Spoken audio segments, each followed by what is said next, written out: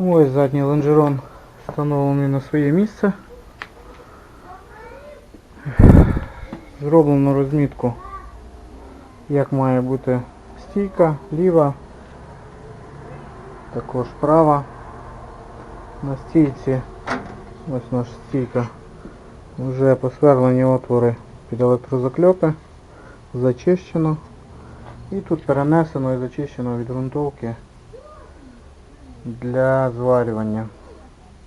Тобто ліва стійка вже готова до зварювання. Так.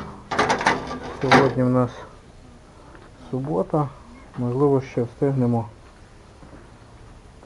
поставити хоч одну, а може й дві навіть стійки.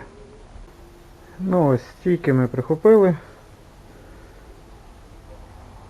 Одну, другу. Обов'язково дивіться, що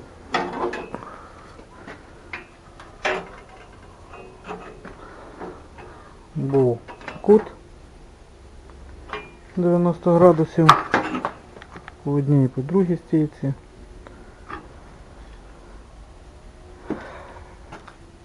Прихопили тільки тут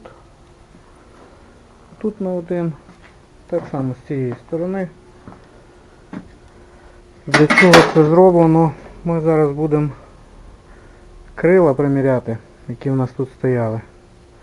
Стійки ми ці не рухали, середні, тільки задні. Якщо крила стануть так, як вони були тут, то відповідно обвариться зразу, стійка повністю обвариться, і з цим у нас буде фініш із задніми стійками. Будемо рухатись далі.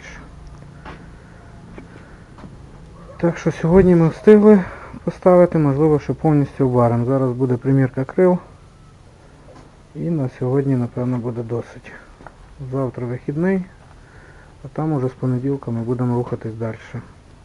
Середню підлогу спочатку, тому що ця підлога задня, яка буде йти, вона йде нахльост на середню підлогу. Ось тут вона йде поверх неї. Тому спочатку середню, можливо навіть пороги, а потім будемо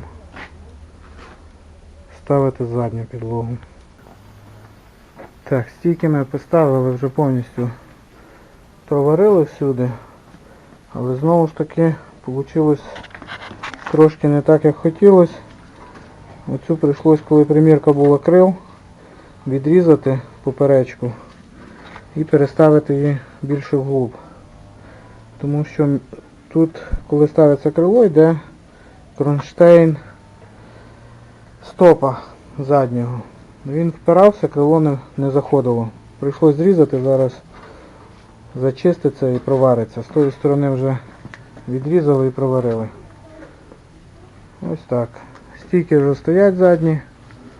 Середні стійки, якщо подивитись по геометрії, вони ось так нахилені всередину. Не стоять що одна. От, подивитись по другій, друга трошки рівніша, але також нахилена. Середні стійки. Прийдеться їх виставляти краще, коли будемо зрізати. І цю будемо зрізати стійку, щоб її повернути чуть назад, щоб була правильна геометрія кузова. Ось так. Стійки поставили.